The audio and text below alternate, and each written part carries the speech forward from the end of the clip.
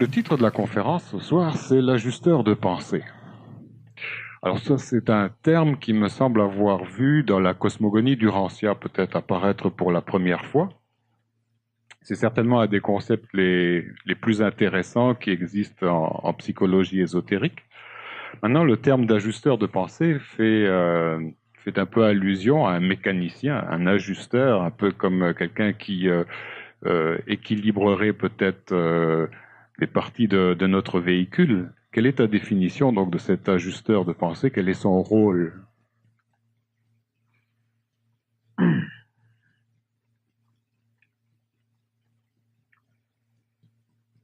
Bon, si on prend le terme ajusteur de pensée et qu'on essaie d'y trouver un synonyme plus commun, plus courant, on va parler, l'ajusteur de pensée, ça pourrait être plus précisément la représentation de l'Esprit Saint du Nazaréen. Lorsque je dis que l'énergie supramentale a comme correspondance l'Esprit Saint au niveau de la Bible, c'est pour me faire entendre, c'est pour descendre, disons, pour mettre plus proche de ceux qui écoutent ce phénomène de l'énergie supramentale. L'ajusteur de pensée, c'est beaucoup plus cet Esprit Saint connu des apôtres que l'énergie supramentale. Si je dis que l'intellect est l'ajusteur psychologique, c'est-à-dire c'est un mécanisme qui permet à celui qui a un ego, celui qui a une psychologie, celui qui a de l'information, celui qui a une mémoire, celui qui a de l'expérience, de pouvoir conserver sa mémoire, son expérience, ses concepts, sa croyance, sa foi, sa religion, tout en goûtant quelque chose de neuf, parce que le neuf va être ajusté par l'ajusteur psychologique à sa psychologie. Alors celui qui croit en Dieu et qui croit que Dieu a créé l'homme et que par la suite Dieu a créé la femme, lorsque ce personnage lit ou entend ou vibre énergétiquement que peut-être ce Dieu a créé deux constituants humains, un homme et une femme en même temps. Et parce que dans le vocabulaire légué par le patriarcat, par la race mâle, homme veut dire humain et homme veut dire mâle et femelle femme, lorsque Dieu créa l'homme, créa l'humain, et lorsqu'il créa la femme, il créa aussi le mâle. Lorsque cette personne qui a un concept, qui a une foi dans cette création de l'homme mâle et par la suite la création de la femelle, entend ce que je viens de dire, il peut soit trouver cela parfaitement logique, soit qu'il peut l'ajuster par le mécanisme de son ajusteur psychologique et dire « Oh ouais, ben c'est ce que lui pense, mais en réalité, c'est bien évident que Dieu a créé le mâle avant tout, et d'une côte de l'homme, il a fait la femme. » Alors, il a ajusté le neuf pour que le neuf ne déforme pas le vieux. Ça, c'est le rôle de l'ajusteur psychologique, ce que moi j'appelle l'intellect. Alors, l'être humain d'aujourd'hui, il est intellectuant, c'est-à-dire il n'est pas intelligent, il est intellectuant, donc il a une intelligence qui est tributaire de ses mémoires, de son expérience, tandis que l'être intelligent n'est pas tributaire ni de ses mémoires, ni de son expérience, ni de l'expérience de la planète.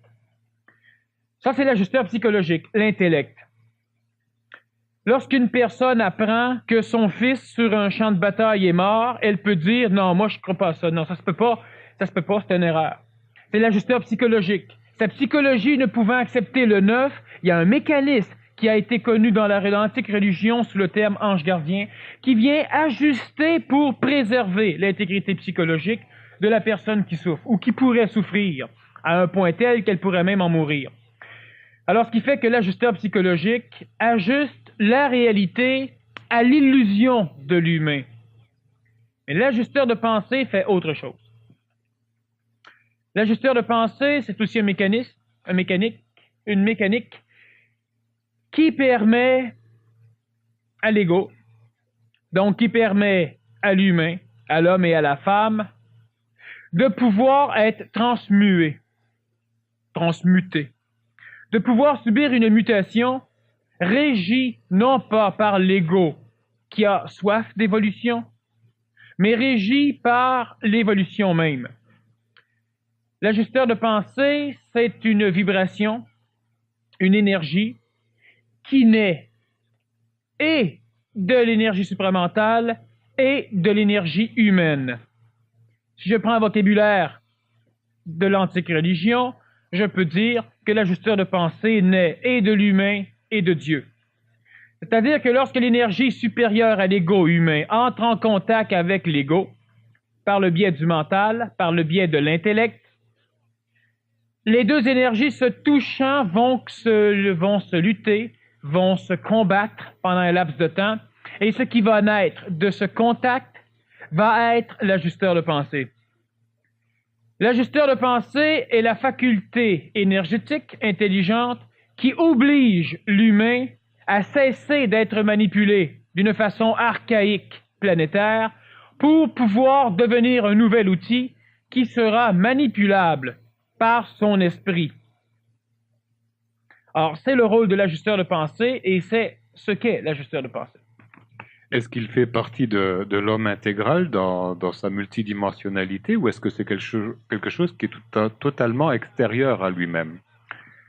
C'est un phénomène qui ne fait pas partie de l'être humain réel, c'est-à-dire de l'être humain accompli. L'ajusteur de pensée est un mécanisme qui vient de l'humain, mais qui vient aussi de l'extérieur. C'est-à-dire que l'ajusteur de pensée, cette phase de l'évolution humaine va voir sa naissance dans un monde qui n'est pas tout à fait humain et qui n'est pas tout à fait divin. C'est d'ailleurs le mécanisme qui va relier ces deux mondes. Mais lorsque l'être humain est accompli, l'ajusteur de pensée disparaît ou est intégré, mais c'est-à-dire que la forme même de l'ajusteur de pensée disparaît totalement de l'homme ou de la femme réelle, de l'être accompli. Alors c'est donc un mécanisme passager, c'est un mécanisme qui est expérimenté, c'est-à-dire que l'ajusteur de pensée,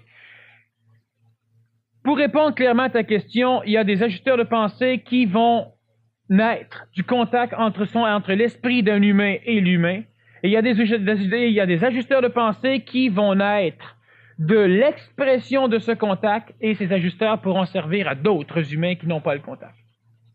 Donc, pour la majorité des terriens, pour la majorité des humains sur la planète, leurs ajusteurs de pensée sera quelque chose d'extérieur à leur évolution présente, tandis que pour certaines personnes, eux-mêmes vont créer l'ajusteur de pensée. Quelle différence il y a entre l'ajusteur de pensée qui naît de la friction ou du contact entre l'esprit et l'ego et l'ajusteur de pensée qui est l'expression de ce contact-là? C'est ça que je ne comprends pas. Bon, alors simplement que lorsqu'une antenne supramentale, lorsqu'un individu, lorsqu'un humain entre en contact avec son esprit, la friction planétaire de l'énergie terrestre à la friction extraterrestre, donc à la friction supramentale, crée l'ajusteur de pensée.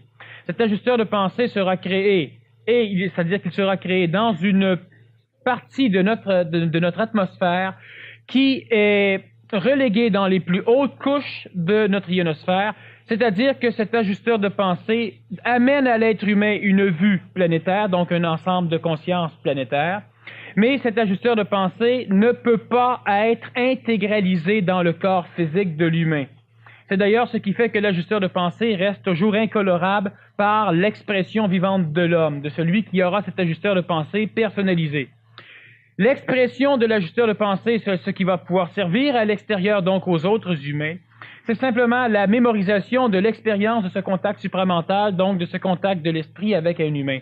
Ce qui va rester comme expérience mémorielle, expérientielle dans le contexte planétaire, pourra être un ajusteur de pensée non personnalisé, non expérimenté, c'est-à-dire qu'il ne connaît pas l'humain ou les humains avec qui il aura affaire à faire.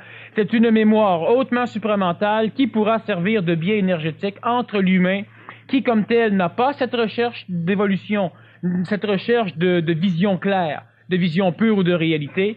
Cet humain pourra quand même, par le biais de l'ajusteur de pensée collectif, arriver à cette énergie supramentale sans lui-même l'avoir créée. Alors, l'un des deux énergies, l'un des deux ajusteurs de pensée est créé par le contact focalisé d'un humain et de son esprit. C'est un ajusteur de pensée qui sera personnalisé, donc qui n'appartiendra qu'à cet humain, qui ne peut appartenir à personne d'autre, et cet ajusteur de pensée sera dissous, désintégré lorsqu'il y aura fusion. C'est-à-dire lorsque l'esprit prendra totalement possession de la place qui lui revient au niveau de l'évolution.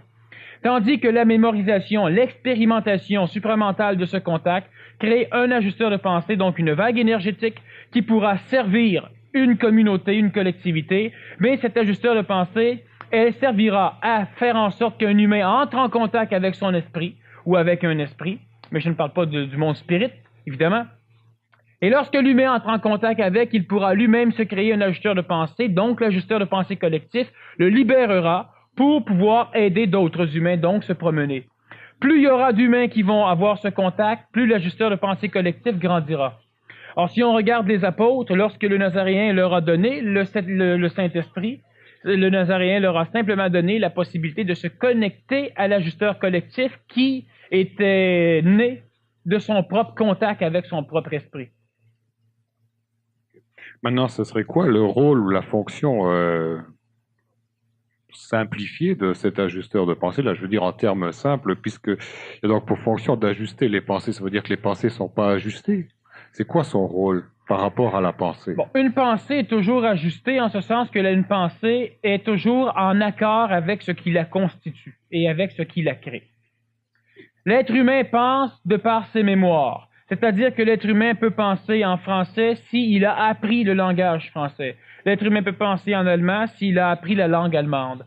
L'être humain peut penser à un cheval s'il a déjà visualisé un cheval. Mais l'être humain ne peut pas penser à Bételgeuse ou à Sirius dans l'ensemble même de ses étoiles s'il ne les a pas expérimentées. L'être humain ne peut pas penser à des choses qu'il ne connaît pas. Sa pensée est toujours ajustée par rapport à ce qui la crée, c'est-à-dire que la pensée d'un humain est toujours ajustée à la mémoire qui vomit dans sa conscience pour générer cette pensée. Or, l'être humain qui pense à un accident connaît la probabilité d'un accident. L'ajusteur de pensée, qu'est-ce qu'il vient faire? C'est qu'il vient obliger la conscience qui réfléchit l'expérience de la planète Terre, donc l'expérience humaine, à réfléchir l'expérience extraterrestre, l'expérience divine ou l'expérience supramentale. L'ajusteur de pensée, c'est un mécanisme énergétique qui va obliger l'humain, à son insu de prime abord, et tant que l'humain, tant que l'ego de l'homme, tant que l'ego de la femme ne saura pas se mettre à genoux devant son propre esprit, il va l'obliger, donc à son insu, à réfléchir, donc à penser d'une façon tout à fait nouvelle, c'est-à-dire qu'au lieu de raisonner une réflexion, tu exprimeras une réflexion. L'ajusteur de pensée, il permet et il oblige l'humain à vivre une mutation neuronique, neurologique, psychologique, mentalique, c'est-à-dire qu'il oblige l'être humain à se poser une question, mais à y répondre. L'être humain qui est réfléchi par le contexte expérientiel planétaire pose des questions. Alors il demande d'où je viens, qu'est-ce que je fais ici, où je vais, pourquoi la mort, pourquoi je vais mourir, pourquoi je suis venu au monde, pourquoi la terre, pourquoi les étoiles, pourquoi les guerres, pourquoi Dieu, pourquoi ne s'en mêle-t-il pas, pourquoi n'existe-t-il pas, pourquoi existe-t-il, pourquoi l'amour, pourquoi la haine, pourquoi tout. Ça, c'est le contexte humain. L'ajusteur de pensée permet à celui qui pose une question de se répondre. C'est-à-dire qu'il oblige la pensée à être structurée d'une façon nouvelle. La pensée, présentement, chez l'humain, est structurée à partir, premièrement, de ses mémoires, et ces mémoires vont pouvoir se structurer en pensée dans une espèce de cadre qui est créé par l'émotivité de l'humain. Si l'humain a un cadre extrêmement émotif, les pensées qui pourront s'y imbriquer ne seront que des pensées attirées par la vibration émotive. Si c'est une vibration, disons, beaucoup moins émotive, alors les pensées peuvent être structurées sur un cadre neuf, sur une trame moins émotive, et normalement, ce genre de pensée va rapprocher la conscience de l'humain de la réalité, donc le rend plus efficace. L'ajusteur de pensée, lui, vient créer un nouveau cadre dans lequel les pensées pourront être placées, mais ordonnées d'une façon nouvelle. Alors, il faut faire attention, c'est que l'ajusteur de pensée n'amène pas de l'information à l'humain. L'ajusteur de pensée permet, par contre, une restructuration de l'information déjà emmagasinée chez lui, chez l'humain, pour que l'humain réponde d'une façon neuve. C'est-à-dire que toi, tu as un langage. Et ce langage te permet à peu près de répondre à n'importe quelle question. Alors, tu n'as donc pas besoin d'informations énergétiques tout à fait neuves. Tu as besoin, par contre, d'une trame, d'une structure qui va permettre de placer ce que tu as comme information d'une façon nouvelle, de façon à ce que cela crée une parole neuve, de façon à ce que cela crée une pensée neuve, quelque chose de neuf. Alors l'ajusteur de pensée, il amène ceci à l'être humain, c'est que l'être humain peut maintenant se répondre à toutes ces questions. Lorsque l'on parle de l'Esprit Saint ou du Saint-Esprit, de l'Esprit pur, de l'Esprit non coloré des apôtres, on parle surtout, non pas de la faculté de savoir, mais de la faculté de répondre. Il y a une différence majeure entre le fait de savoir, moi je sais et j'ai besoin pour savoir plus que l'on me pose des questions. Et prochainement, je saurai sans avoir besoin de questions que d'autres pourront me poser.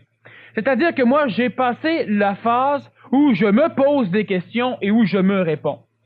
Je peux m'amuser à le faire. Je peux passer le temps à le faire. Dans une conférence, si on n'a plus de questions, alors là, je peux me poser des questions et m'y répondre. Mais c'est un jeu. L'être humain qui se pose des questions, l'être humain planétarisé, l'être humain terrestrifié, celui qui est sur la planète, pose des questions et n'a pas de réponse. Alors il cherche la réponse chez un maître, il cherche la réponse chez un prêtre, il cherche la réponse dans un livre. À l'intérieur de lui et à l'extérieur de lui, il n'y a pas de réponse. Il y a des permutations de l'expérience terrestre, il y a des réponses qui devront être détruites par de nouvelles questions. Répondez à n'importe quelle question que vous vous posez, et moi, je peux vous poser une nouvelle question qui va démolir votre réponse. Tandis que lorsque l'ajusteur de pensée vient ajuster votre capacité de réordonner vos connaissances, vous allez répondre à une question et personne, ni même vous, n'allez pouvoir changer ou démolir votre réponse. Elle sera authentique, elle sera parfaite.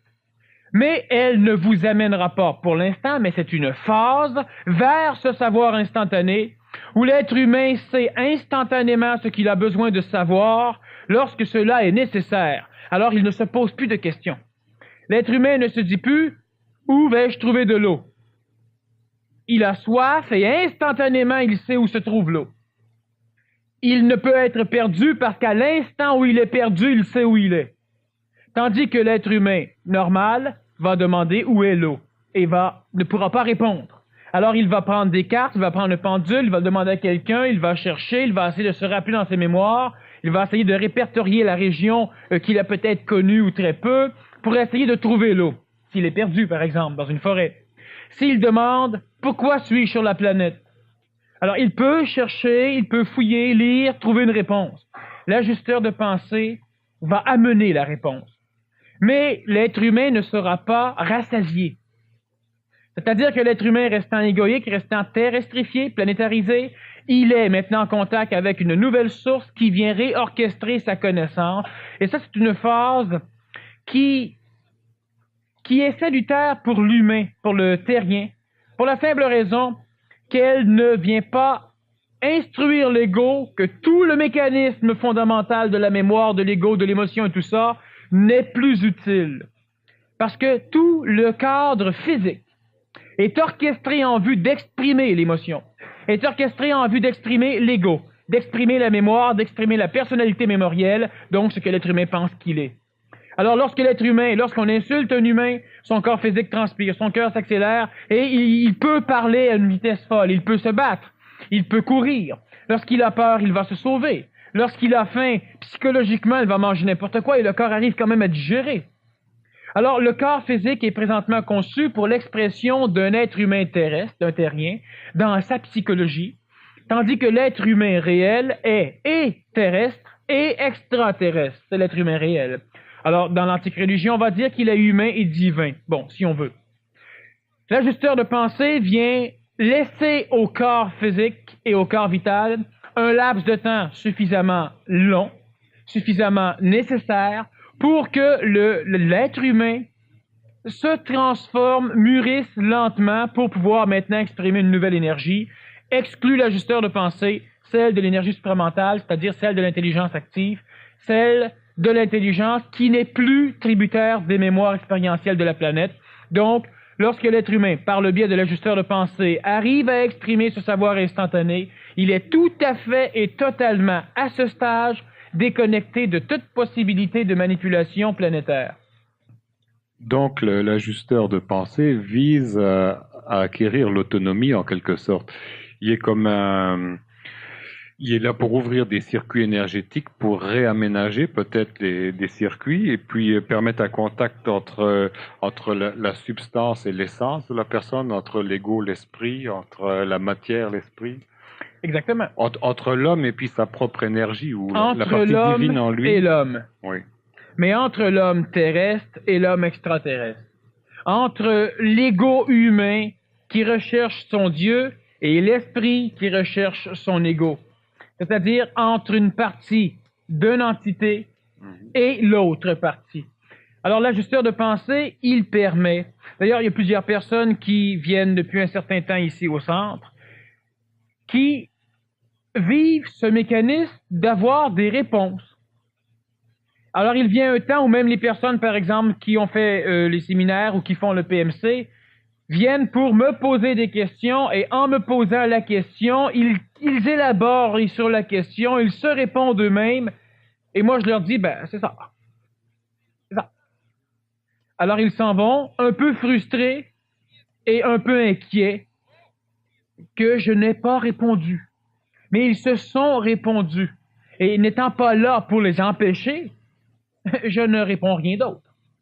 Ce soir, je discutais justement avec une de ces personnes qui avait, à un moment donné, l'ego de cette personne avait un peu de frustration parce qu'elle se demandait si elle était la seule personne que moi, j'ignorais. Parce qu'elle venait me voir et elle me disait, bon, j'ai telle chose, je pense que c'est ça. Oui, c'est ça. Alors elle s'en allait. Une autre personne venait, j'ai ça, je pense que non, c'est puis là, je jasais avec. Alors elle se disait, ben oui, mais pourquoi qu'il parle avec tout le monde, puis moi, ben j'ai toujours raison. Tu sais, comme si moi, il veut pas me parler. Non, elle se répondait d'une façon authentique. Moi, je n'avais rien à lui dire, elle s'enseignait, elle s'instruisait elle-même. Et ça lui a pris du temps, presque un an, avant de finir par accepter le fait qu'effectivement, elle s'instruit. Alors, et maintenant, elle sait qu'il y a une partie chez elle, l'ego, et une partie nouvelle, dont elle ne connaît pas la vibration, c'est-à-dire qu'elle ne peut pas mettre de nom. Mais elle sait que maintenant, elle est capable, elle s'est prise en main. Ou sa partie supérieure vient de prendre en main la partie inférieure. Alors, cette personne est maintenant presque libre. L'ajusteur de pensée collectif, celui qui est généré par un contact entre l'énergie supramentale et une énergie égoïque humaine, donc la mémorisation de ce contact d'un individu, est un mécanisme qui a ce défaut et qui a en même temps cette faculté de ne pas s'éloigner de celui qui l'a créé.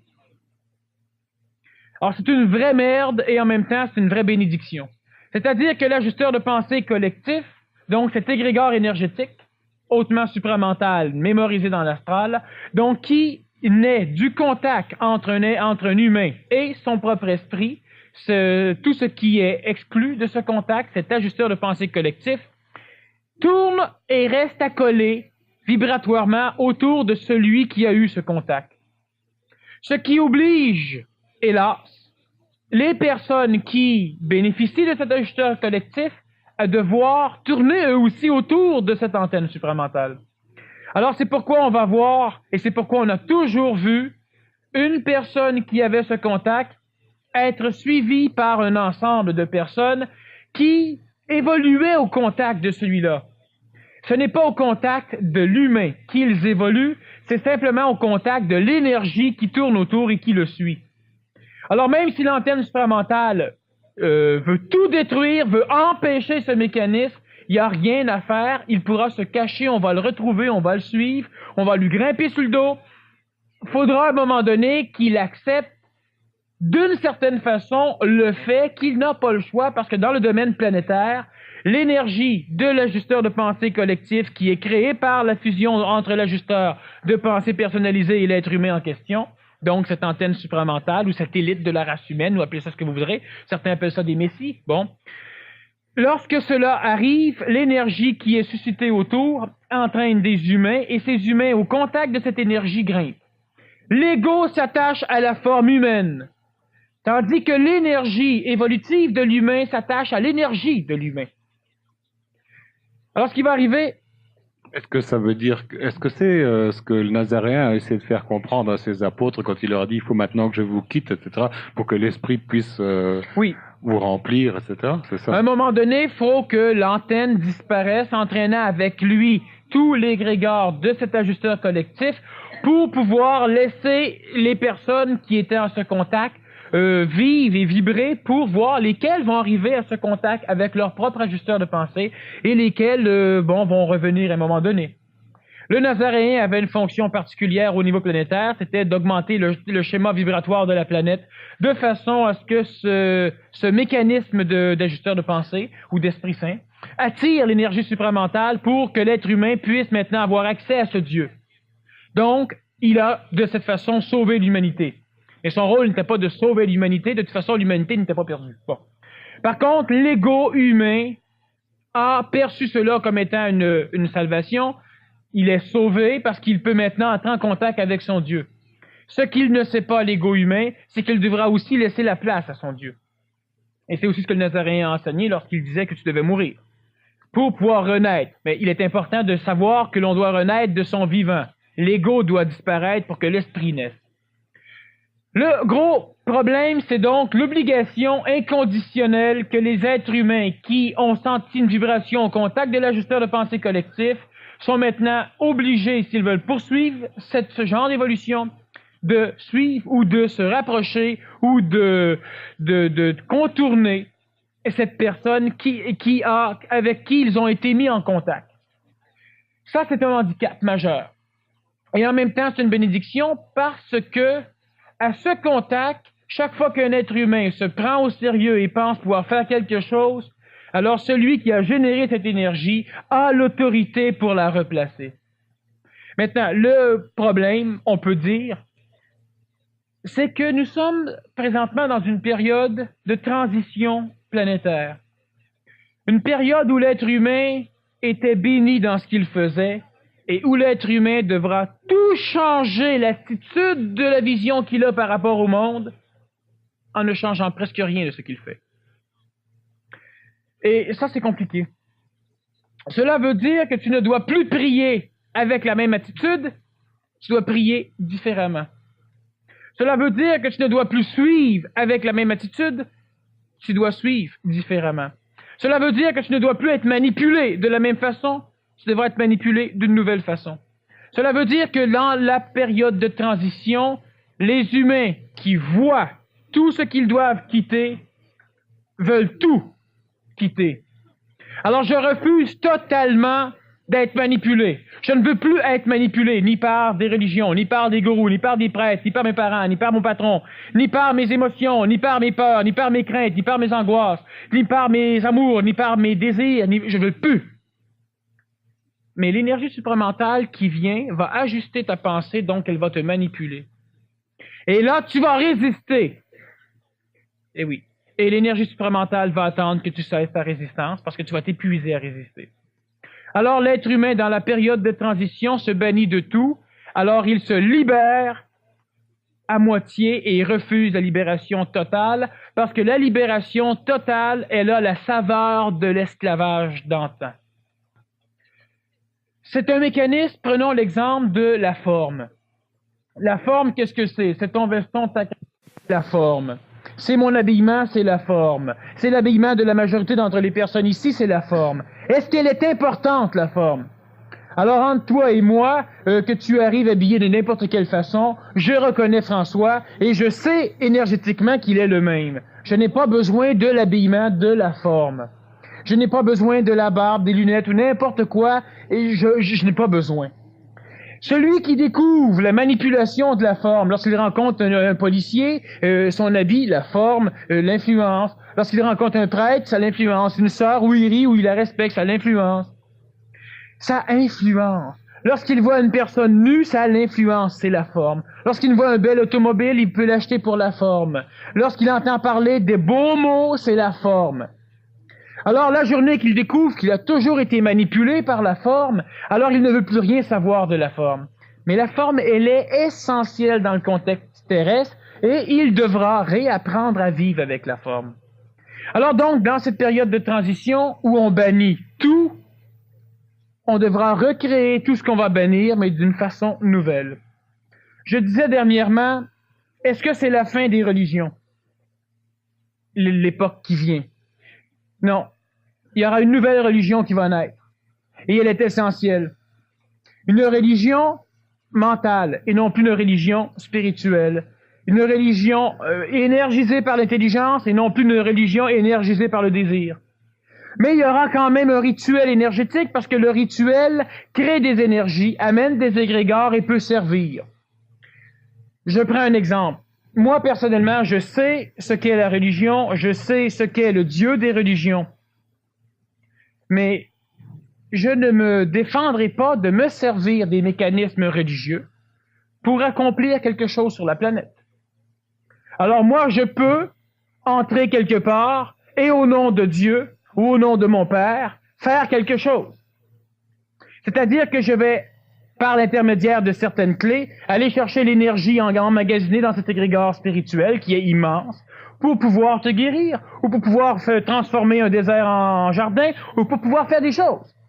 Est-ce que moi, je vais m'interdire de me servir de cette énergie tout à fait terrestre, planétaire, spirituelle ou non, elle est tout à fait planétaire, pour faire quelque chose de planétaire? Je vais aller chercher de l'énergie supramentale pour la descendre en vibration? Non, je vais prendre l'énergie qui est déjà basse en vibration, la haute énergie spirituelle, et je vais m'en servir immédiatement. Et est-ce que moi, je vais interdire à l'humanité de continuer de nourrir cette énergie? Non.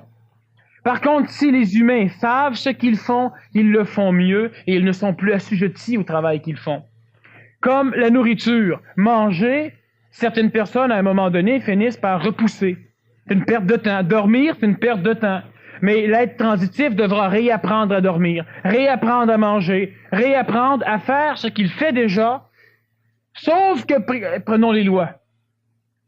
Les lois limitent l'humain, les lois sociales. Ils restreignent l'humain, ils rendent l'humain nerveux.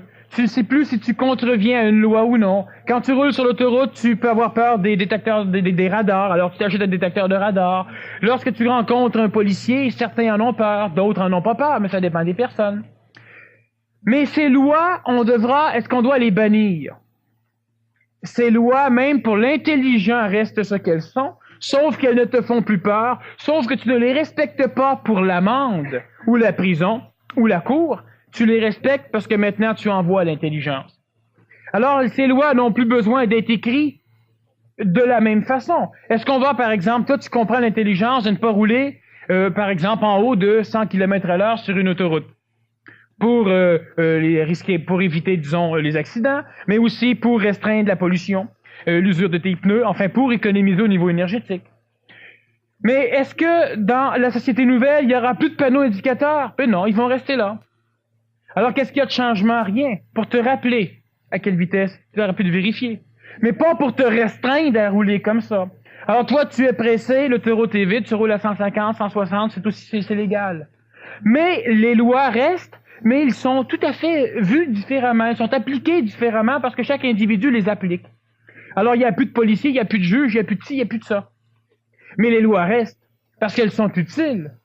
Alors, c'est simplement un mécanisme à comprendre. Lorsque l'être humain arrive dans cette phase de transition où il bouillonne, où l'ajusteur de pensée vient ajuster partiellement sa pensée, alors soudainement, il est la tête dans les nuages, il est couché sur le côté, il se croit debout, et à un moment donné, il sort un œil du nuage, et là, il voit. Mais il voit par les deux yeux. Un œil dans la brume, un œil au soleil. Son cerveau amalgame les deux visions et en fait une réalité, une vérité. Alors l'humain qui voit d'un œil en dehors, au-dessus de la brume, dit « ça y est, je vois les montagnes, ils sont ceci, ils sont cela ». Non, parce que tu vois aussi dans la brume avec l'autre œil. C'est exactement comme si tu regardes l'intérieur d'une maison mais en même temps à l'extérieur. Fais ça pendant 1 heure de temps, ton cerveau finit par juxtaposer les deux images et ça te crée un paysage drôlement surprenant et bizarre. C'est ce qui arrive à l'humain transitif. Il sort de la brume, mais pas suffisamment. Alors il voit quelque chose de neuf et il dit « c'est le neuf ». C'est du neuf. Mais ce n'est pas tout le neuf. L'ajusteur de pensée vient donc permettre cette vision neuve et claire, mais le temps que le cerveau n'est pas tout à fait transmué, lorsque la mutation neuronique n'est pas achevée, l'être humain passe par des périodes de crise où il veut tout abandonner, où il veut tout laisser, où il veut rechercher quelque chose d'autre, où il se snobise en disant « moi je suis supramental, moi je suis gémomental, moi je suis... » Et là, c'est un nouveau snobisme d'évolution. Et il perd. Parce qu'il jette un œil et il revient dire aux autres « moi je vois ». Il est déconnecté. À l'instant où l'ego prend conscience de ce phénomène nouveau, il y a un mécanisme de plaisir égoïque, l'ego trippe, et automatiquement il pénètre à l'intérieur pour aller dire aux autres qu'il voit, et il se déconnecte. Alors l'ajusteur de pensée donc vient faire une transmutation. Il y a l'ajusteur du contact entre un individu humain et son propre esprit. Cela va créer un ajusteur non personnalisé, un ajusteur qui n'est même pas expérimenté, qui va avoir comme fonction secondaire de permettre à d'autres humains qui peuvent avoir une affinité avec de pouvoir avoir des réponses à leurs questions. C'est important de comprendre que cet ajusteur n'est pas expérimenté, parce qu'il n'a pas été conçu d'un contact entre l'intelligence d'un esprit et l'ego de cette même intelligence, mais qu'il est le relégat d'une coloration mémorielle planétaire avec un ajustement lors du contact. Alors, c'est un ajusteur de pensée qui peut venir te voir et qui va te répondre n'importe quand, qui va cesser de te répondre. À un moment donné, tu vas te coucher et soudain, ça va avoir des réponses. T'en veux pas de réponse, mais ça répond quand même. Alors, il faudra que tu finisses par dire « Wow! C'est suffisant, je dors. » Et ça, c'est le problème de l'ajusteur de pensée qui n'est pas expérimenté, qui ne sait pas quand. Un ajusteur de pensée non expérimenté a aussi une autre particularité, c'est que de très rares temps en temps, il peut perturber énormément un humain parce qu'il ne sait pas s'ajuster, lui, en ajustant la pensée de l'autre. Alors tu as une réponse, il y a une question, tu as une réponse. Plus l'être humain a des réponses, plus il y a des questions qui sont suscitées. Sauf si l'ajusteur de pensée est capable de stopper le mécanisme de la réflexion. Et c'est un mécanisme, un phénomène qui va se produire. Mais tant que cet ajusteur n'a pas l'expérience de l'humain avec lequel il travaille, il se crée des choses dans le genre où tu as des réponses n'importe quand, où tu n'en as plus lorsque tu en veux, où tu as des réponses qui te font mal parce qu'elles ne sont pas suffisamment ajustées. Parce qu'il faut comprendre que l'ajusteur de pensée, son premier rôle est de déconnecter l'ajusteur psychologique. D'où danger. Alors, la connaissance que tu as, elle n'est plus ajustée à ta psychologie, elle est ajustée en fonction d'une mutation neuronique. Tu vas penser de mieux en mieux, de plus en plus clair, mais émotivement et égoïquement, ça vive quoi? Ça peut être compliqué. Le fait que cette personne se rapproche de l'antenne qui a créé l'ajusteur de pensée, elle oblige l'ajusteur collectif à se réajuster par rapport à elle.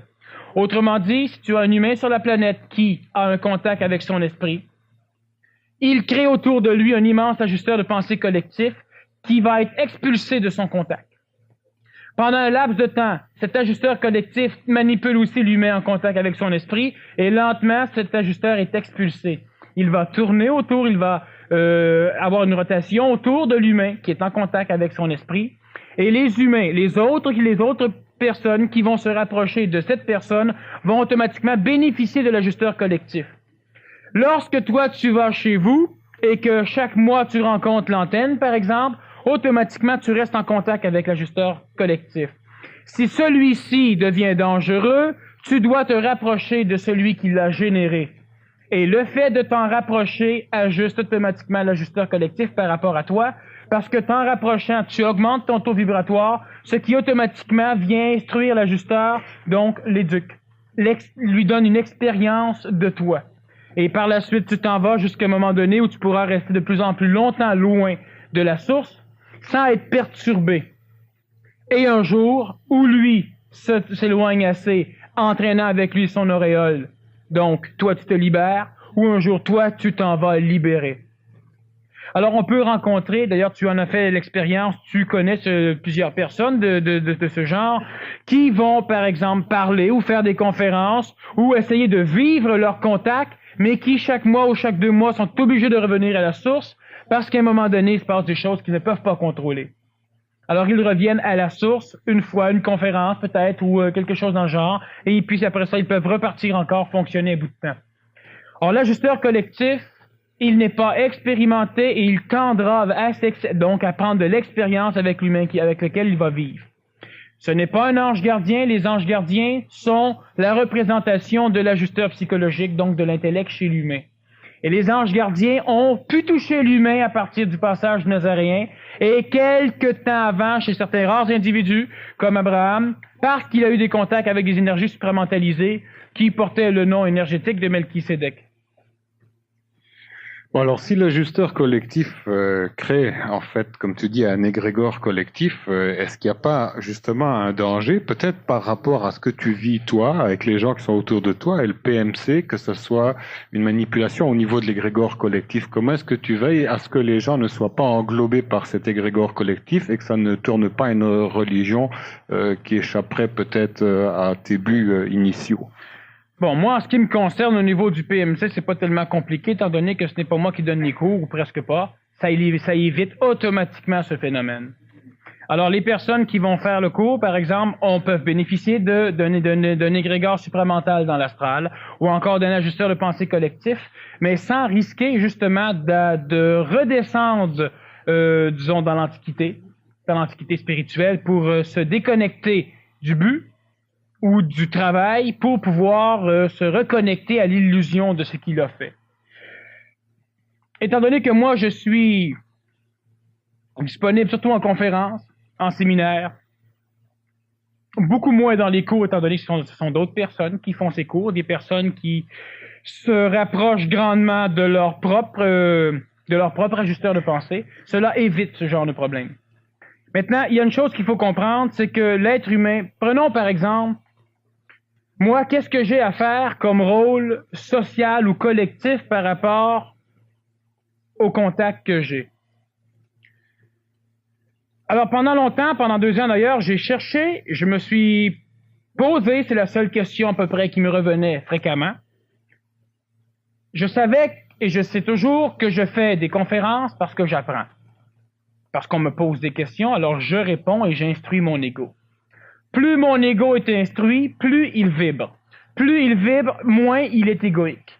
Moins il est égoïque, plus il laisse la place à l'esprit ou plus il se spiritualise ou s'espiritualise. Alors lentement, l'ego se défait, se désintègre, disparaît, meurt, pour renaître en esprit. Mais quel peut être le rôle d'une personne comme moi à l'échelle d'un monde comme la planète Terre dans ce contact? Et la seule réponse logique et intelligente, c'est de répondre aux questions. Alors, si moi j'ai comme but fondamental, pour l'instant, au niveau collectif, de répondre, alors je n'ai pas un but d'entraîner ou un but de remonter le moral, je n'ai pas le but, un de mes buts n'est pas non plus de communiquer un amour spirituel à l'échelle planétaire, parce que dans un temps, c'est bon, dans un autre temps, ce n'est pas bon. Parce que l'amour humain, il a une particularité, c'est qu'il baisse la vibration du mental de celui qui le connecte, de celui qui le capte. Alors moi, je préfère exprimer un amour mental ou un amour intelligent. Alors la personne reste dans son énergie, mais il y a un contact entre nous deux, mais son ego se plaint qu'il n'y a pas d'amour. C'est évident, l'amour que moi je vais communiquer est un amour mental, et l'ego ne peut pas y en bénéficier. Alors ça ne sert à rien.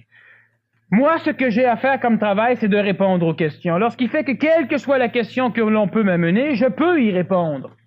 Je ne sais pas tout. Avant, je sais ce je dois répondre lorsqu'on me pose la question. Je ne peux pas risquer d'entraîner un mouvement religieux parce que, en partant, l'amour que je vais communiquer est un amour qui est au-delà de la spiritualité. Toutes les personnes que je rencontre, et j'ai fait des conférences de temps en temps à l'extérieur, parce que je ne suis pas focalisé ici au centre de l'universalité, toutes les personnes que je rencontre qui ont besoin de cet amour spirituel vont tous me reprocher la même chose. Je ne dégage pas d'amour. Et dernièrement, j'étais dans un restaurant et il y a une personne qui m'a dit ça. Et je lui ai dit, observe bien si c'est vrai. Et elle a dit, non, tu dégages de l'amour, mais c'est pas un amour que je connais. Oui, c'est ça. Alors, elle a pu rester en résonance avec moi parce qu'elle percevait un amour, mais elle ne peut pas mettre de nom dessus. Alors, c'est un risque qui peut être bon pour certaines personnes, mais ce n'est pas mon rôle à moi d'engendrer une religion, ni même une religion mentale. Elle va s'auto-engendrer d'elle-même lors de la transmutation de l'être ancien à l'être transitif. Alors, évidemment, il ne pourra pas abandonner tout son schéma carcanesque qu'il a en arrière de lui, et il devra donc le transmuer en un schéma, en une religion, par exemple, qui te permet maintenant de devenir ce que tu dois être, et non pas dans une religion qui n'a comme fonction de faire en sorte que l'humain n'oublie pas ce qu'il est. Parce que les religions qu'on a aujourd'hui ont un rôle majeur, très important, c'est celui de faire en sorte que l'humain n'oublie pas sa provenance. Mais l'humain n'est pas instruit de comment arriver à rejoindre cet esprit ou à retourner avec son véhicule physique vers cette provenance. L'humain n'est pas habitué. L'humain n'a pas cette instruction parce que l'humain n'est pas vibratoirement prêt, c'est-à-dire que son corps physique, tous les véhicules qui constituent le rôle pour lequel l'humain sur la planète Terre n'est pas prêt.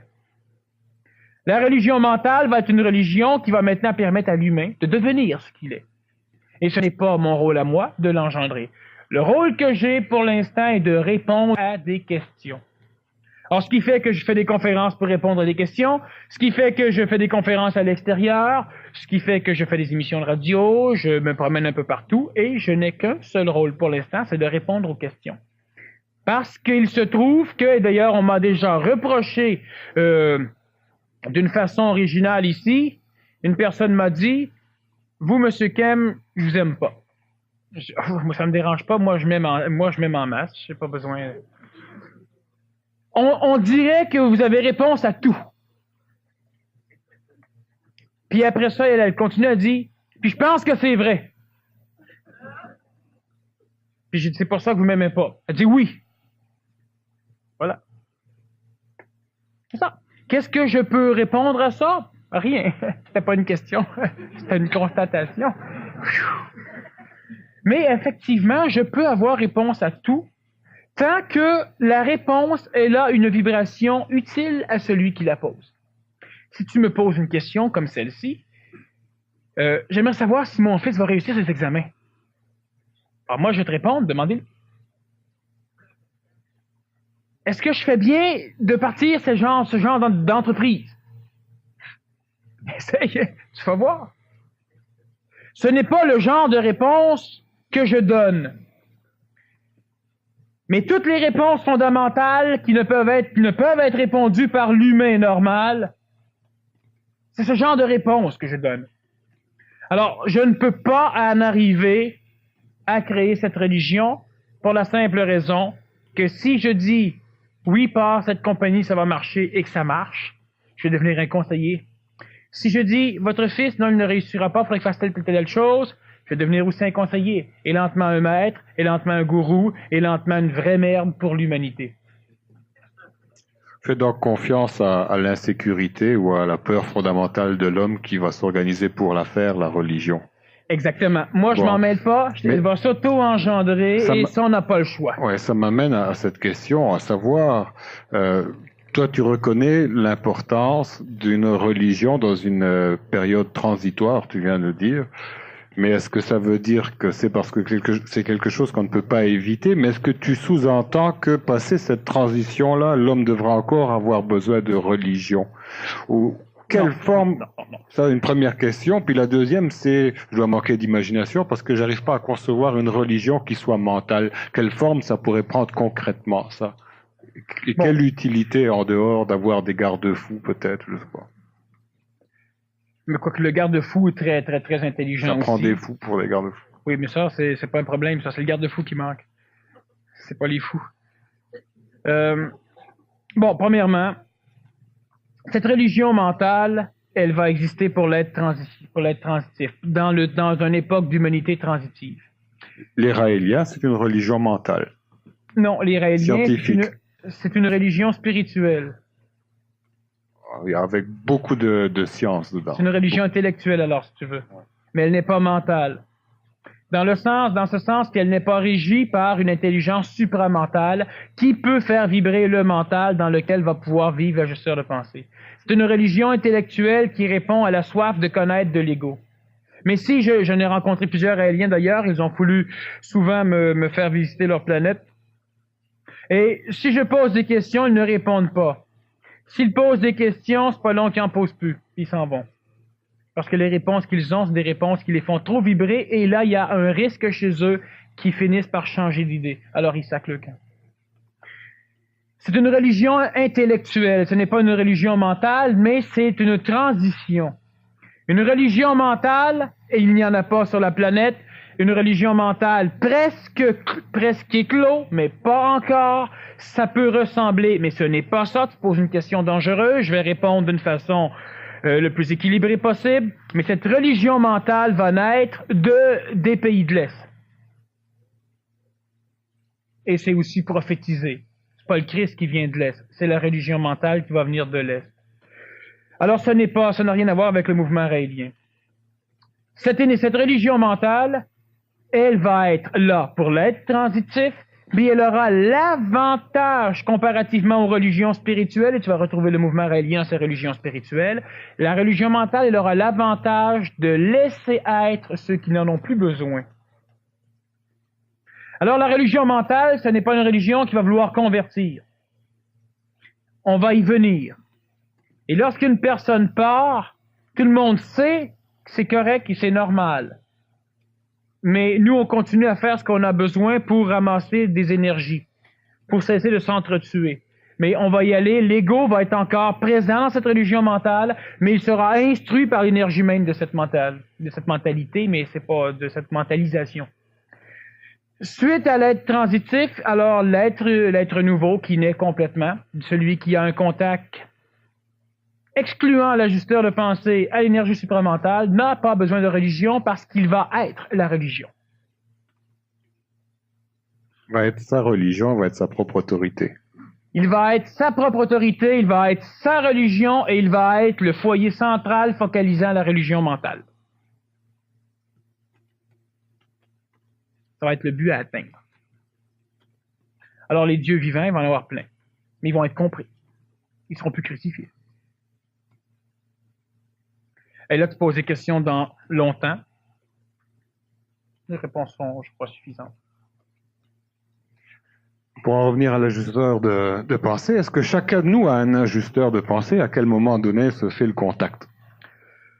Bon, tous les humains peuvent apprendre à entrer en contact avec leur ajusteur de pensée, mais il faut bien comprendre que leur ajusteur de pensée peut porter un F. C'est-à-dire que l'ajusteur de pensée de tel humain, son ajusteur de pensée peut être aussi l'ajusteur de lui, de elle, de elle, de lui, de elle, de elle et de cette chose. Bon. Alors, tous les humains n'ont pas ce contact avec l'ajusteur de pensée. Tous les humains ont cette faculté d'arriver à ce contact avec l'ajusteur de pensée, mais, et ça va faire vibrer des égos, d'ailleurs ça en fait vibrer plusieurs régulièrement, c'est que les humains en général ne peuvent pas, de par eux-mêmes, excluant un contact avec un être humain spiritiquement connecté, arriver à découvrir un ajusteur de pensée.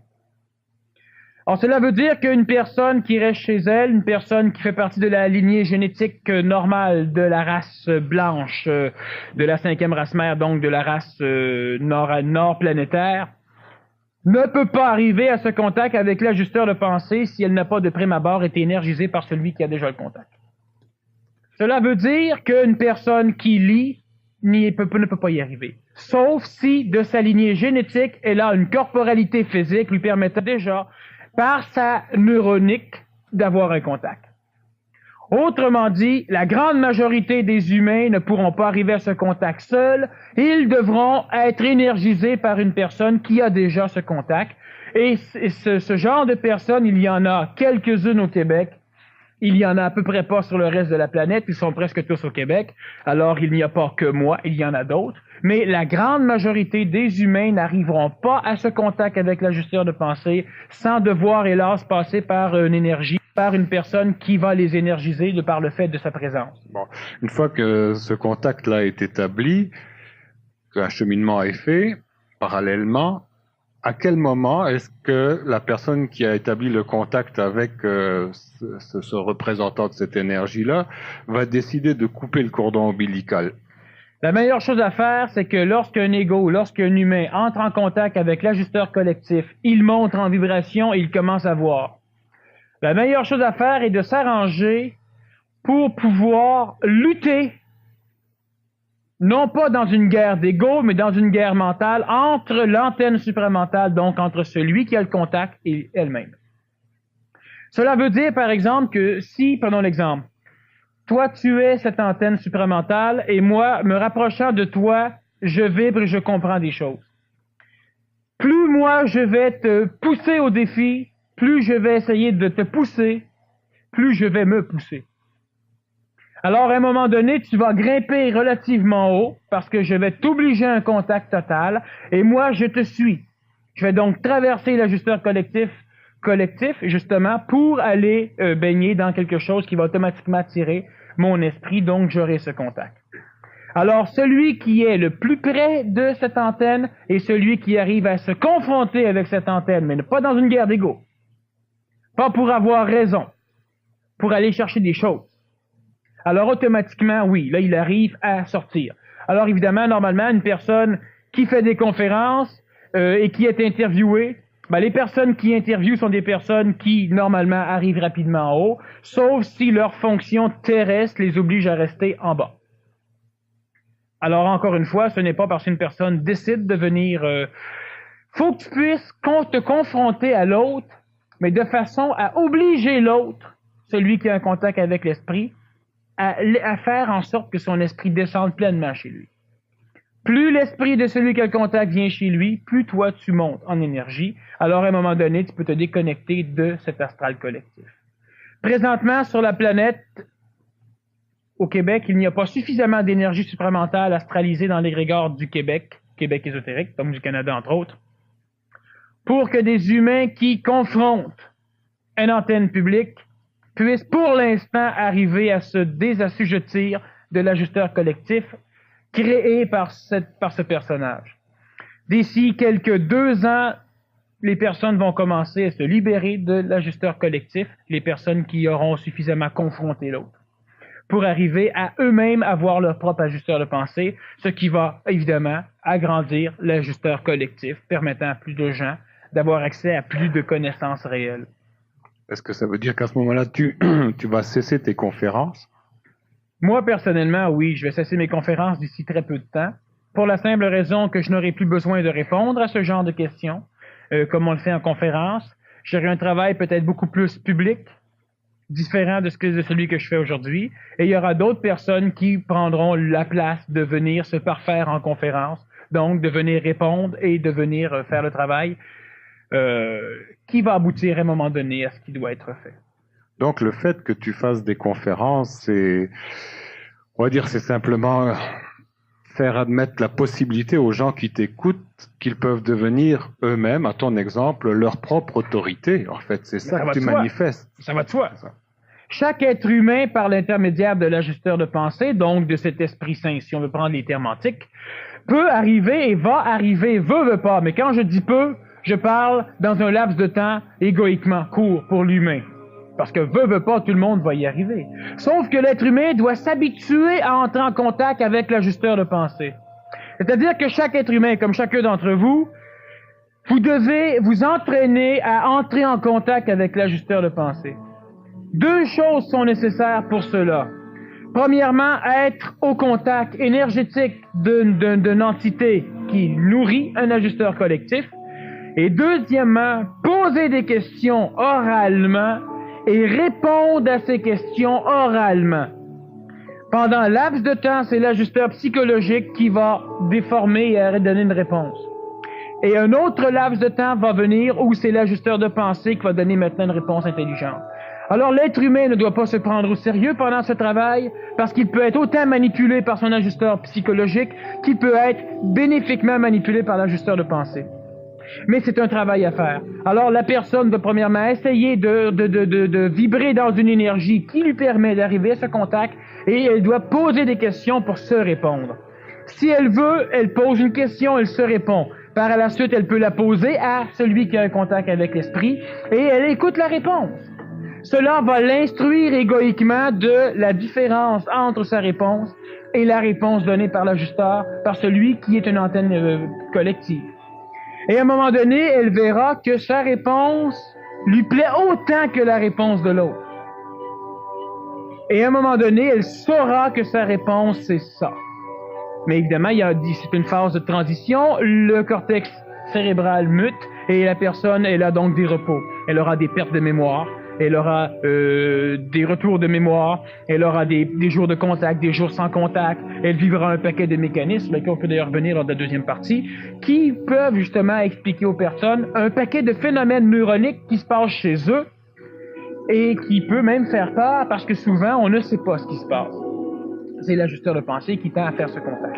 Dans ces réponses qui sont données, quelle est la place de la vérité là-dedans? Il y a la place de la réalité. Dans une réponse, par exemple, que je vais donner, elle est tout à fait authentique, mais pour l'instant, le contexte, l'ordre vibratoire et la personne... Comment savoir si notre contact, notre ajusteur, est vraiment celui qui nous donne la réponse? Comment savoir si ce n'est pas une entité astrale? Il y a plusieurs moyens de vérifier. La façon de vivre la transition la plus sécure, la plus certaine, c'est de ne pas se prendre au sérieux. Chaque fois qu'on a une réponse, regardez ceci. C'est facile, mais c'est à la fois compliqué parce que ce n'est pas compris par l'être humain en général. Parce que l'être humain en général n'expérimente que ce qu'il peut mémoriser. Et dans cette mémoire, il ne vénère que ce qui peut être réfléchi dans sa conscience. Cela veut dire que lors d'un événement, tout ce qui est énergétique ou vibratoire, cela est mémorisé chez vous et cela vous transforme. Encore plus que ce qui va être enregistré au niveau des sens. Donc au niveau tactile, gustatif, olfactif, auditif, visuel, etc. Ce que je veux dire, c'est que, comme dans une conférence comme ce soir, qu'est-ce qui a de l'importance ou qu'est-ce qui est utile, qu'est-ce qui fonctionne? Est-ce que c'est ce que je dis au niveau de la parole? Ce n'est pas cela qui a de l'importance ou qui a de l'utilité réelle.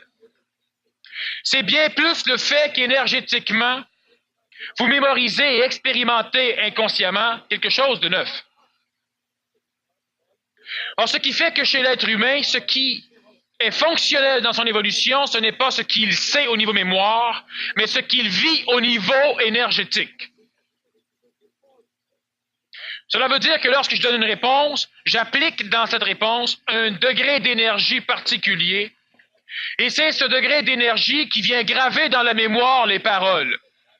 Mais les paroles n'ont pas d'utilité réelle. Et les paroles n'ont pas d'utilité propre.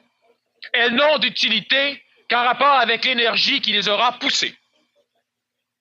Cela veut dire que si je change complètement mon degré énergétique d'expression, même si je me mets à crier, ça n'a pas du tout le même genre on pourrait dire d'instruction, mais j'aime pas le mot. Ce n'est pas pareil.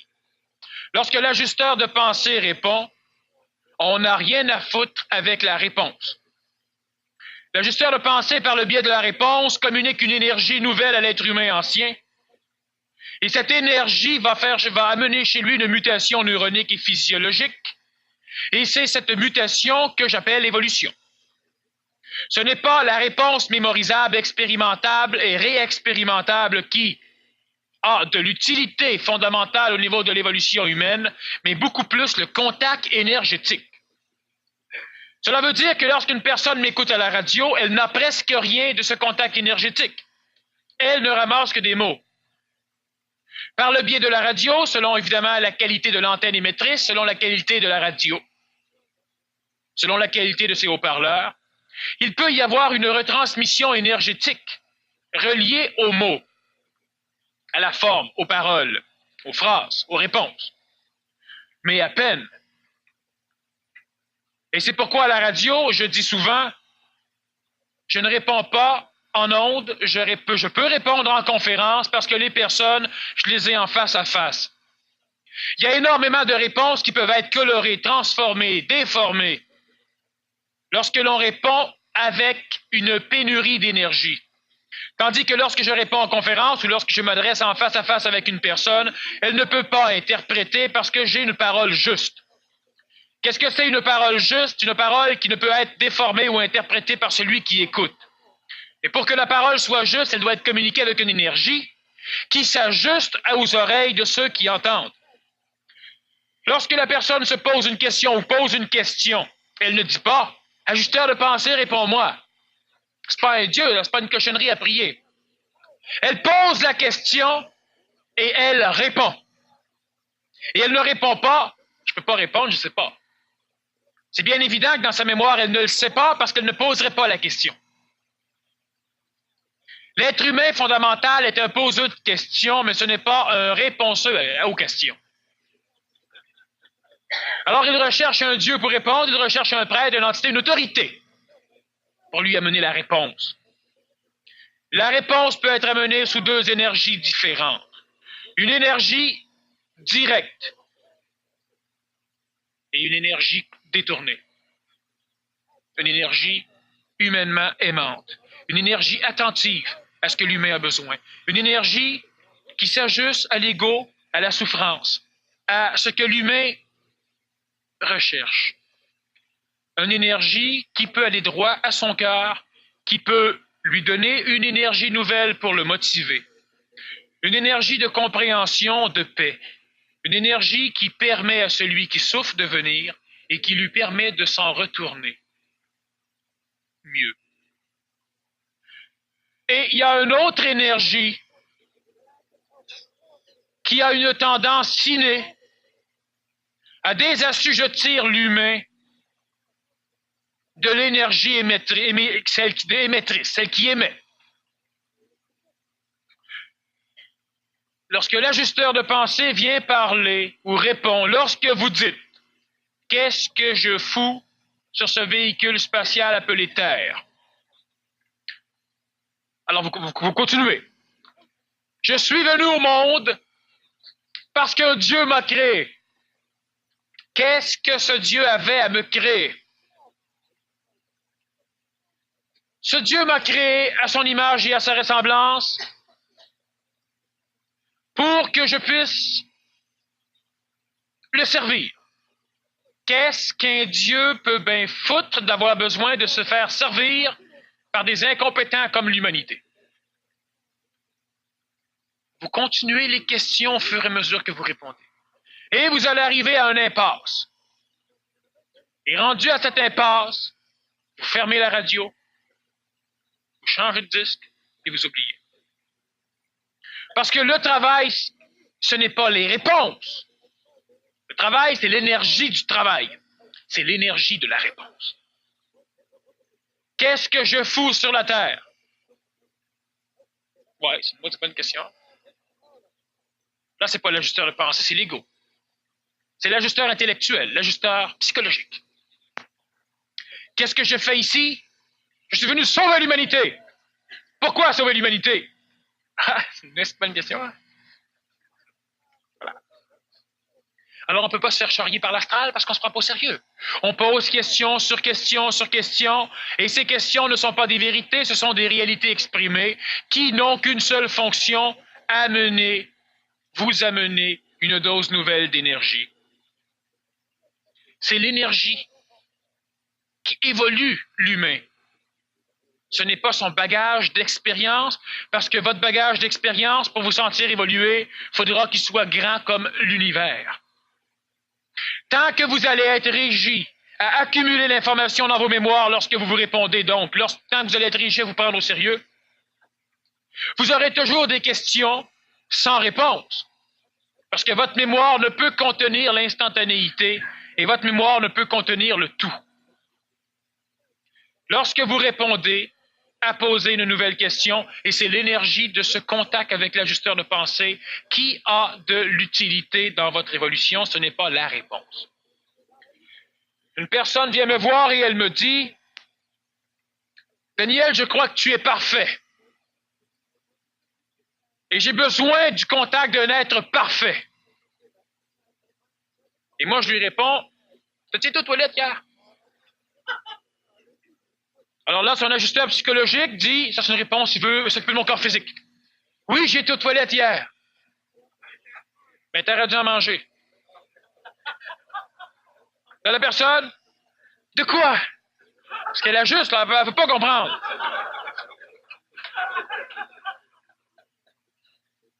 Regarde tes deux mains, puis fous-toi-les dans la bouche, puis mord dedans. Là, on va dire, pour moi, aujourd'hui, je ne file pas. Hein. Mais énergétiquement, la réponse, elle est passée. Ce n'est pas les mots. C'est la réponse. C'est l'énergie. Alors, elle s'en va, puis c'est drôle, mais il ne filait pas, mais un gars parfait. Mais non. À part avec une énergie qui est venue lui dire. Le seul maître intelligent que tu vas rencontrer, il faudra que tu le regardes dans un miroir, puis un miroir qui va être beau en maudit. Il n'y en a pas à l'extérieur. Des outils, des béquilles. Je suis une béquille. Je ne suis pas un sauveur, je suis une béquille humaine. Je peux répondre à des questions. Je peux répondre à ceux qui posent des questions. Je suis une béquille temporaire. Alors, il y a de l'intelligence de se servir d'une béquille. Lorsque ça devient un snobisme, on prend la béquille et on tape les autres. On essaie de convertir. Et lorsqu'on est intelligent et qu'on ne se prend pas trop au sérieux, alors on est capable de voir qu'on ne peut pas tenir debout encore tout seul, qu'on a des questions qui énergétiquement devraient être répondues, pas pour la réponse orale, pour l'énergie de la réponse. Il y a des personnes, à un moment donné, qui lisent un livre, puis ça répond. Du coup, ils se sentent bien, ils sentent. 2 ans après, ils ont tout oublié. Mais l'énergie que la réponse a suscitée chez eux les a fait évoluer, pas la réponse. Alors la personne, elle dit, oui, mais là, je finis par croire à telle religion. D'un coup, je me rends compte que c'est plus ça. Je change. J'en vois un autre. Ah, c'est ça. D'un coup, je me rends compte que c'est l'énergie que vous prenez. Alors, chaque escalier a de l'intelligence et est implacablement parfait. Mais la forme que va employer cette énergie pour attirer l'humain, poser une question, cette forme devra changer. Je suis une béquille. Elle peut être utile jusqu'au jour où elle ne l'est plus. Je ne suis pas une prothèse, je suis une orthèse. La prothèse, elle remplace un membre. L'orthèse, elle solidifie un membre. Alors, je ne remplace rien. Je peux solidifier pour permettre à ce membre de devenir suffisamment solide. Après, il prend l'orthèse et il l'abandonne. Puis il pas dessus, il la casse pas en morceaux, en disant c'est grâce à toi, c'est de ta faute, j'étais de même tout le temps. Non. J'ai vu des personnes passer devant une salle de soins intensifs où ils ont été hospitalisés. Cette petite salle-là. Non. Ce qui maudissent, c'est l'expérience vécue là, mais ils maudissent la salle. Et on ne doit pas maudire une salle. On ne peut pas maudire un état de béquille. Puis là, tu commences à marcher, ah, mes maudites béquilles, je suis content de m'en débarrasser. Manque d'intelligence. C'est grâce à ces béquilles-là que tu peux t'en débarrasser. L'ego, l'orgueilleux, qui a une entorse, prend pas de béquille. Il marche sans béquille. Il boite, quand il rencontre quelqu'un, il boite plus. Puis quand la personne est passée, il boite encore plus. Puis là, il sort de moins en moins. Prend pas de béquille, pas de plâtre, rien. Puis là, il va se vanter. Moi, je suis dur pour moi. Ouais. T'es comme un général de l'armée. Un général, ça ne doit jamais se rendre, même à l'évidence. L'ajusteur de pensée, lorsqu'il parle, et votre voix ajuste votre pensée. Donc, vous devez répondre oralement. Pas à quelqu'un ou à quelqu'un, ça n'a aucune importance. Qu'est-ce qui dit que j'ai raison ou non? Rien, c'est énergétique. Alors, on se fout de la réponse conscientisée. Et au fur et à mesure que vous allez vous foutre de ces réponses conscientisées, vous allez avoir des questions plus hautes, des réponses plus grosses, des questions plus grosses, des réponses plus grosses. Vous allez finir par vous découvrir, par rire de vous. Il faut prendre l'habitude de ce contact avec l'ajusteur de pensée.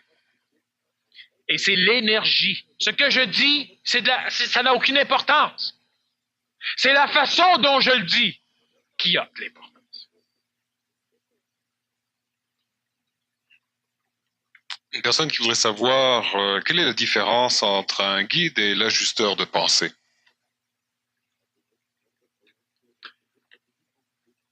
Le guide, c'est une religion. Le guide, c'est un morceau de matière qui permet de diriger un autre morceau de matière. Si je suis un guide, je suis un humain dirigeant des humains. L'ajusteur de pensée crée le guide. Tandis que le guide guide. Moi, je n'ai pas comme rôle de guider. J'ai comme rôle de répondre. Répondre aux questions. L'ajusteur de pensée, lorsqu'il entre en contact insidieusement, de prime abord, avec un humain, il transforme sa neuronique, donc ses neurones, son cerveau. Il agresse des parties focalisées dans ce cerveau, l'hypothalamus, le thalamus, la glande pinéale, la glande hypophyse, et il le transforme. Il recrée un nouveau guide dans le cortex et dans le cerveau de l'humain pour que ce cerveau guide d'une façon nouvelle l'énergie qu'il reçoit et l'expérience qu'il a en mémoire. Alors chaque être humain devient son propre guide. Et pour devenir son propre guide, sans être assujetti à une conscience collective et non pas à un ajusteur collectif. L'ajusteur collectif, il va ajuster individuellement chacun pour que chacun arrive à ce contact avec l'énergie supramentale ou avec l'intelligence instantanée. Tandis qu'une conscience collective a l'impression que tout le monde doit tout faire pareil en même temps. Alors, lorsqu'une personne suit un guide et que le guide dit à tout le monde, levez-vous, tout le monde se lève, rassoyez-vous, tout le monde se rassoit, inspirez, je vais expirer. Oui, c'est ça, c'est de même, ça marche. Ça, c'est autre chose. C'est bon pour un ensemble d'humains, et lorsque l'humain finit par dire, je n'ai plus besoin de ça, elle ne doit pas nécessairement fuir tous les endroits où il y a des groupes, mais elle doit fuir le fait de penser collectivement. Clic, hey, c'est bon? Ah oui, c'est bon. C'est bon, hein? Ah oui, c'est bon, maudit. Je savais que c'était bon. C'est ça, être collectif. C'est-tu bon? Non, c'est pas bon. Ben moi, je trouve ça bon. Oh, mais c'est carrément dégueulasse. Ah, moi, je trouve ça bon pareil. Ça, c'est d'être une conscience un peu plus individuelle. Ça, on en a parlé longtemps, à un moment donné, une conférence, lorsqu'on parlait de celui qui demandait à l'autre qu'est-ce qu'il va prendre au menu dans un restaurant. Vous savez, tu ouvres le menu, puis qu'est-ce que tu prends, toi? C'est une conscience collective. L'ajusteur psychologique va dire non, je faisais avec m'informer, oui, il y a peut-être un paquet de raisons, oui, mais on ne peut pas s'empêcher. Alors, un guide et l'ajusteur de pensée va constituer un guide chez vous. Tandis que le guide est déjà à l'extérieur et ne constitue rien chez vous. Il marche et vous le suivez, aveuglément. Le guide a besoin de ses disciples une fois aveugles. Tandis que moi, j'aurais plutôt besoin d'un doute. Un doute aveugle, même pas. Un doute de tout et même du doute. Alors, l'ajusteur de pensée va chez vous faire en sorte que vous allez vous guider. Vos émotions ne sortiront plus n'importe quand c'est inutile, seront guidées par vous. Sans lutte, sans conflit, sans résistance et sans souffrance. Ils n'auront plus le choix. Les émotions vont sortir lorsqu'ils seront constructives, énergisantes, intelligentes, communicantes. Sinon, lorsqu'ils sont nuisantes, perturbantes, ils ne sortiront plus. Plusieurs questions, à savoir quelle est la différence entre l'ajusteur de pensée et le double.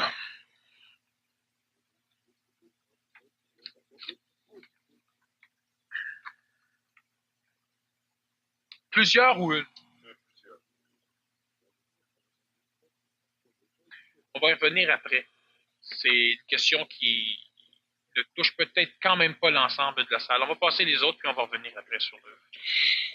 Personne qui dit « Je ne crois pas que c'est l'ajusteur de pensée qui peut me faire cela, mais dans ma tête, c'est drôlement embrouillé.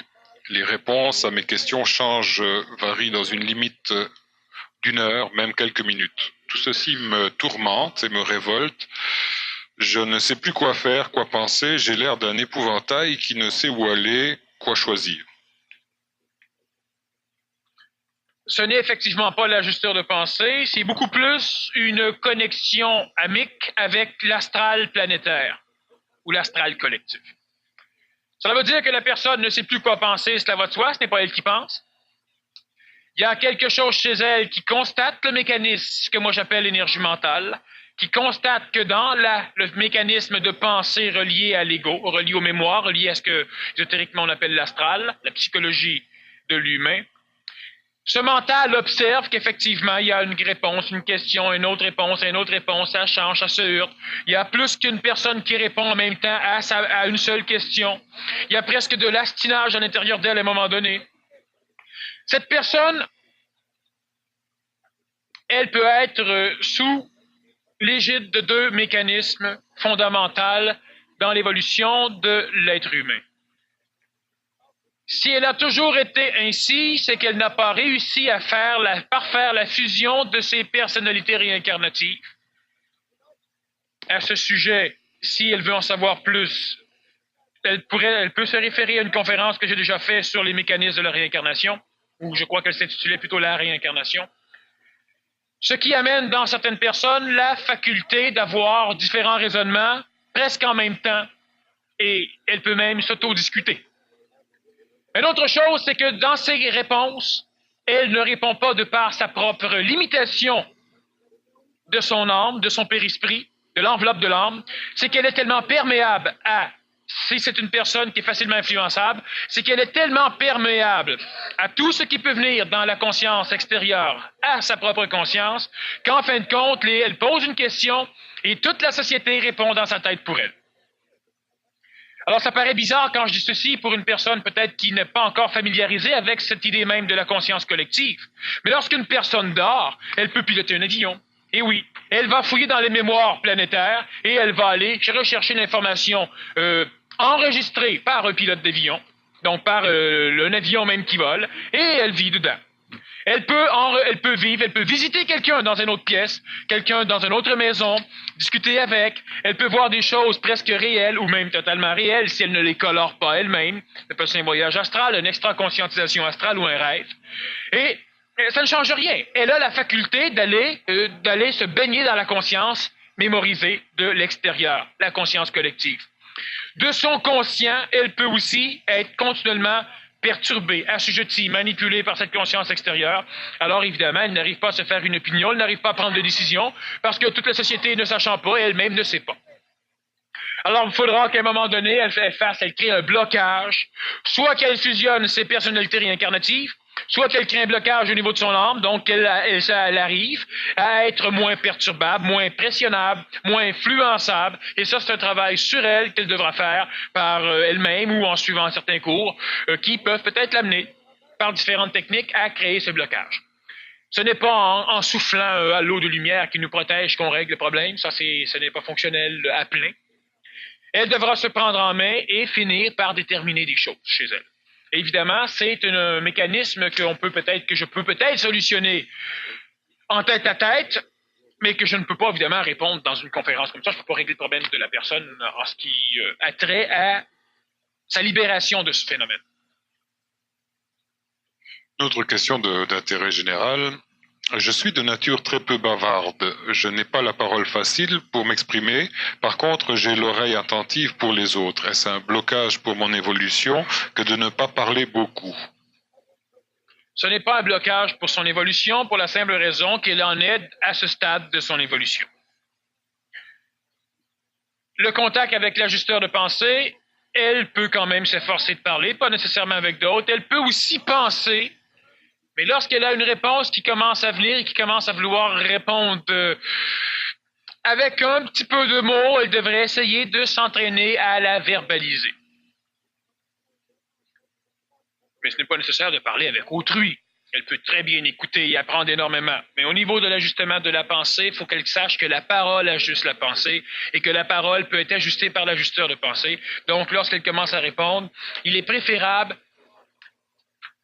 Je parlais de religion mentale dont je parlais. Tu me demandais un peu c'était quoi. Ben, il y aura à un moment donné un autre mécanisme, la méditation verbale. Et les sceptiques seront confondus. Regarde. Tu es assis dans une position, disons ici c'est assez bon à prendre, tu es plugué, tu ressembles à n'importe quel soufi ou goofy qui médite, mais toi tu parles. Tu es tout seul dans ton coin et tu parles tout seul. Alors ça fait partie de techniques similaires à ce qu'on connaît présentement, mais qui vont resservir position corporelle, parce que blocage de circulation au niveau des jambes, donc plus de sang au niveau cérébral, pulmonaire et cardiaque.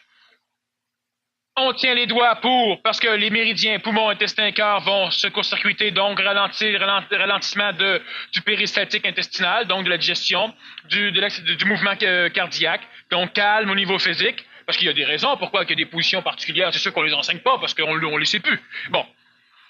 Et tu es là, le dos droit, pour laisser circuler librement les énergies yin et yang et yominal au niveau de ton corps physique, et tu parles. Alors quelqu'un qui rentre dans la pièce, il dira, puis tiens, le maître médite, il va dire, tiens, le maître viré fou. Ben c'est ça, c'est un genre de mécanisme à finir par développer. D'ailleurs, ce sont des choses qu'on touche au niveau PMC6, mais ce sont des mécanismes qui sont à développer. Alors, même si la personne elle a ce blocage au niveau de la parole, ce n'est pas un blocage, c'est un mécanisme présentement opérationnel chez elle au niveau de son évolution, elle en est rendue là. Et ce n'est pas nécessaire qu'elle parle avec autrui, mais peut-être qu'elle devra essayer de poser des questions et de répondre oralement. C'est un entraînement qui est très bon. C'est intéressant, ça nous amène à la prochaine question. Pour atteindre cet ajusteur de pensée, faut-il commencer par être sûr qu'on a raison, même si l'on se trompe? Alors, j'ai répondu tout à l'heure à cette question en disant que la parole ou la réponse n'avait aucune importance, c'était le mécanisme du fait qu'on se répondait qui est important. Qui est Dieu? Et là, je réponds, Dieu est l'univers. Ça émet une vibration. 2 mois après, qui suis-je? Tu es l'univers. C'est une autre vibration. Qui est Dieu? Dieu est tout. Parce qu'il y en a qui vont dire, qui est Dieu? Dieu, c'est l'univers.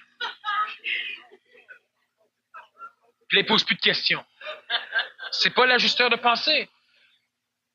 Alors la personne, à force de travailler, elle va finir par en arriver là. Peut-on atteindre cet ajusteur de pensée? Pour atteindre, faut-il commencer par être sûr qu'on a raison même si l'on se trompe? Ben non. Si tu me demandes, d'ailleurs c'est déjà arrivé qu'on m'a posé une question, des personnes qui font le PMC, entre autres, dans une conférence du vendredi, on me disait, ce que tu as dit ce soir, il me semble que tu t'as déjà dit d'autres choses dans un cours. Eh ben oui. Alors, laquelle des deux était faux? Ben, aucune des deux, dans le contexte où je les ai parlé. Alors, si moi, je te repose la question, et c'est un nouveau contexte? Oui. C'est une nouvelle réponse? Pas nécessairement. Pose la question, on verra. Alors, elle pose la question et je réponds différemment.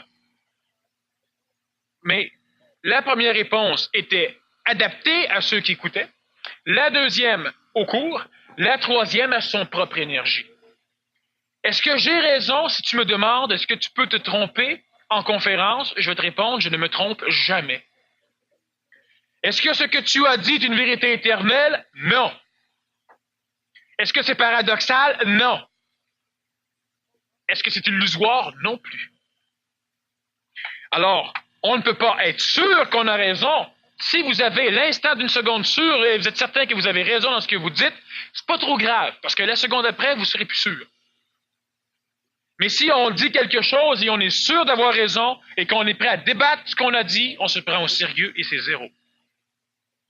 Alors non, on répond et c'est l'énergie amenée par la réponse qui a de l'importance ou qui est nourrissante pour l'évolution de l'humain. Ce n'est pas la parole, ce n'est pas la réponse.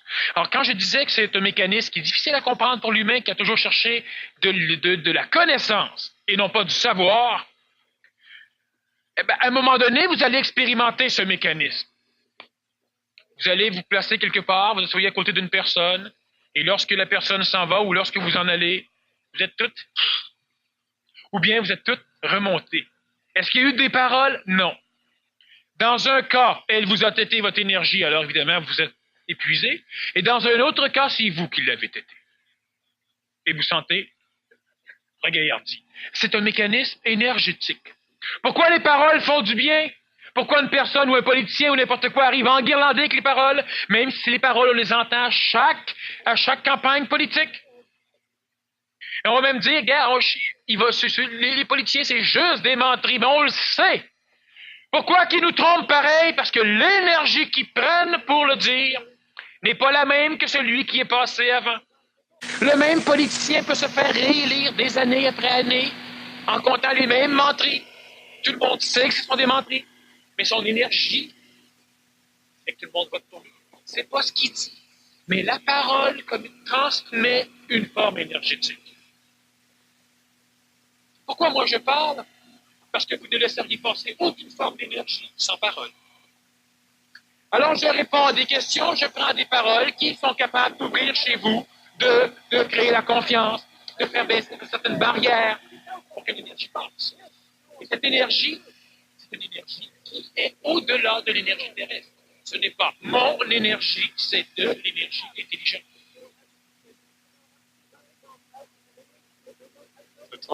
La transfiguration de Jésus est-elle la fusion avec son ajusteur?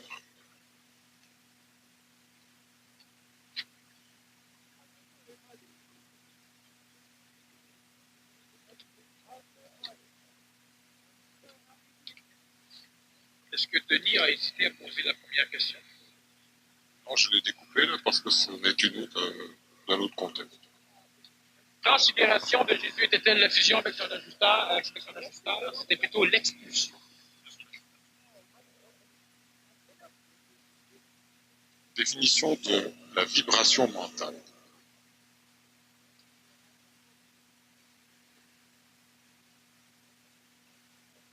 On la met à la fin. Qu'est-ce que voir d'une façon globale? Deuxième question, que veux-tu dire par l'homme doit se construire une cité?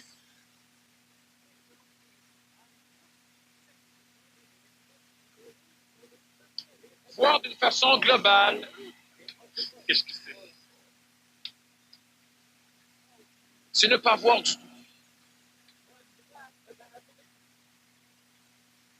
Avoir une conscience absolue, cela veut dire ne plus être conscient. Parce que la conscience humaine, la vision humaine, elle est conscientisable parce qu'elle a des limites. Et qu'est-ce qui rend la vision humaine consciente ou conscientisable? C'est justement la vision de ses limites.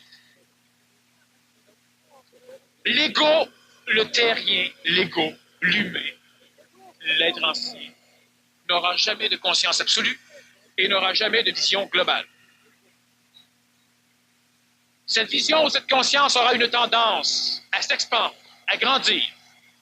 Mais à un moment donné, lorsque ce personnage qui a une conscience expandue